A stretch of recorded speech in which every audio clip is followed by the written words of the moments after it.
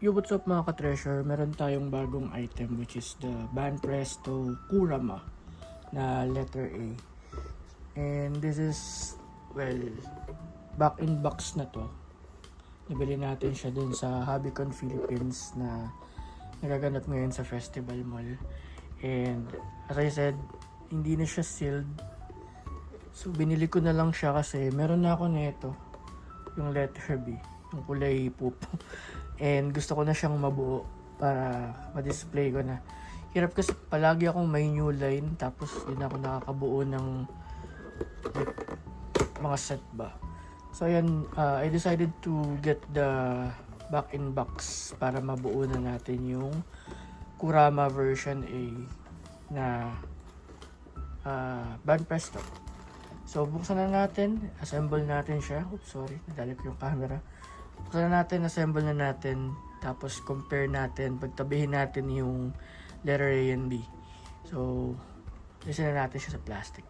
Let's G. So, wala naman siya pinagkaiba, actually. So, meron tayong at least 4 or 5 parts. And, ayan. So, yung main body, buntot, buntot, buntot, tsaka yung stand. So, madali lang naman yan i-assemble kasi like puro buntot lang naman yung kakabit mo sa main body. Tanggalin na natin siya sa plastic para mas makita ninyo. Ito naman, hindi na siya sealed, diba?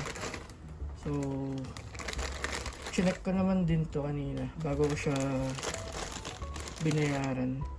Wala namang damage, wala namang tama. And makinis ang ating version A na like Kurama. Ayan.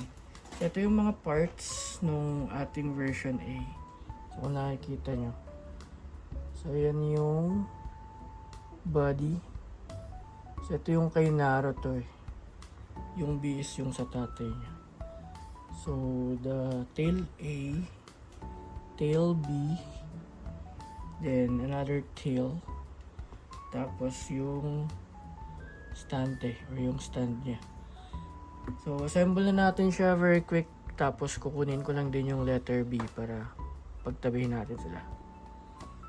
So ayan, assemble ko na siya. Gusto ko lang muna ipakita sa inyo bago ko sila pagtabihin. So ayan yung itsura ng version A pag na-assemble na siya. So it's very nice. Tingnan nyo naman yung pagka-orange niya. And like the details. Again, wala naman siyang pinagkaiba dun sa version B. Parehas lang yung tsura nila, specifically the build itself. Sadyang talagang kulay lang yung pinagkaiba yung dalawa.